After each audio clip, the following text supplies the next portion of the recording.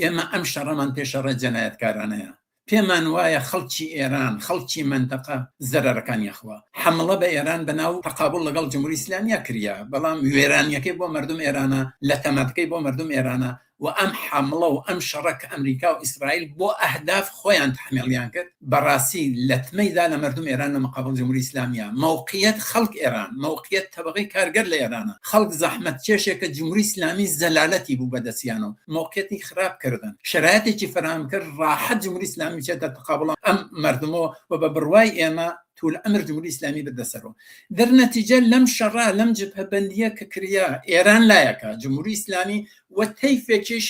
کە کۆمەکێکنەژن حمڵە کریا بە مەملەکەتمان لە کنار ئێرانەوەسان